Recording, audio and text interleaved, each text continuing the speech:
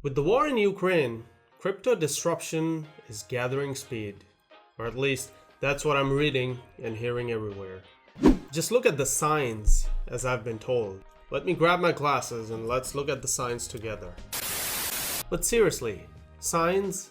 What signs? I think the signs that everyone is referring to is the government of Ukraine. The government of Ukraine, as you've probably heard, is calling out for crypto donations. At the time of recording this video, Ukraine has reportedly received about $100 million in crypto donations. But at the same time, scammers have scammed Ukraine supporters of a much larger amount.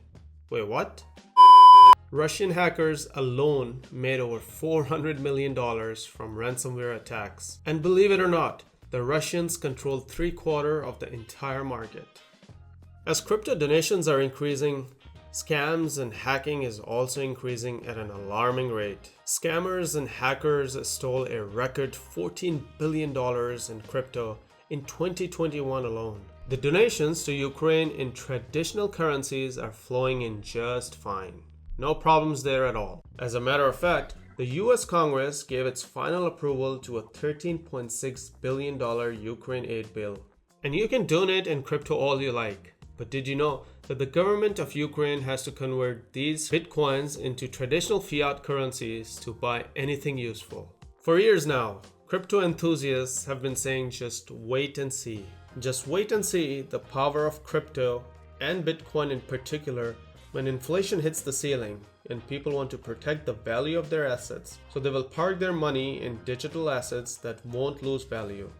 Well, if you did not already get the memo, inflation has hit the ceiling.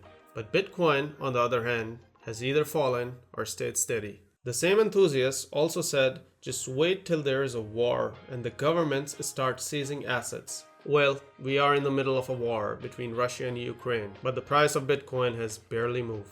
Then there's the trucker-led protest in Canada over vaccine mandates. The Canadian government invoked the Emergencies Act, meaning it can freeze or suspend any citizen's bank account. And as you can imagine, many members of the crypto community rejected the government's power move, arguing for increased cryptocurrency adoption and the importance of decentralization. So theoretically, a perfect storm of geopolitical and economic events which should be great for Bitcoin and other digital currencies, is already here. But the price of Bitcoin has not boomed.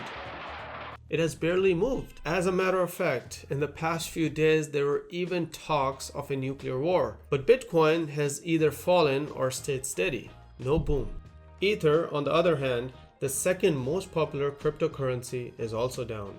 The day-to-day usage of cryptocurrencies is not picking up either. Bitcoin trading volume did see a rise when Russia first invaded Ukraine, but it has remained relatively flat ever since, which is an indication that people are not rushing to exchange their Russian rubles for cryptocurrencies. And what's surprising is that Russian billionaires and people in power in Russia are not switching sides either to avoid sanctions. Now, it would be ignorant to say that Bitcoin hasn't played a role at all in the recent turn of events. As you know, that Ukraine did receive $100 million in Bitcoin donations, and the trucker-led movement in Canada also raised close to $1 million.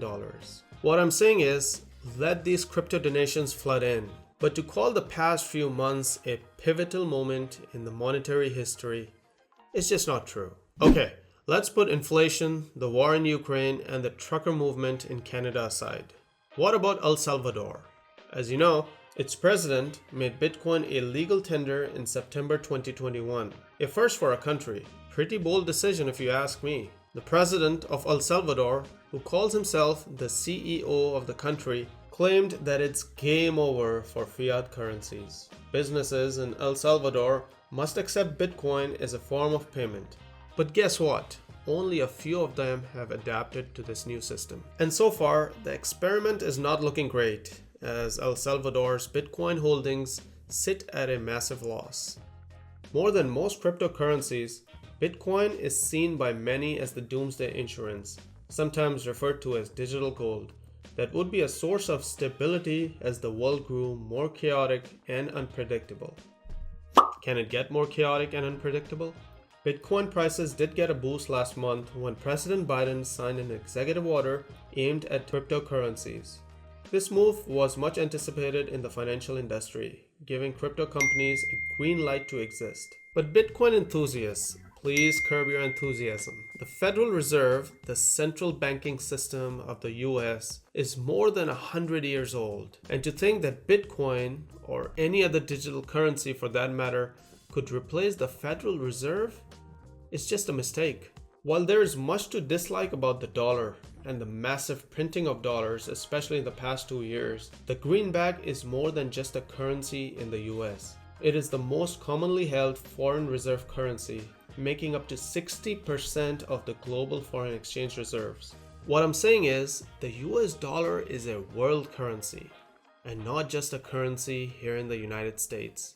The taxation on Bitcoin is a nightmare as well. The IRS considers Bitcoin a property, meaning you would owe taxes on the buying and selling of Bitcoin. Now, I'm not a crypto expert by any means, and I usually try to fit in as much as I can whenever there's a conversation about Bitcoin and any digital currency, because God forbid if I say something against Bitcoin to these crypto nerds. I think the blockchain itself is a great technological leap, and maybe one day it could be bigger than the internet itself. While Bitcoin may never replace the fiat currencies, it does put a check on the governments that issue fiat currencies. In the near term though, it's probably best to hold on to your dollar bills.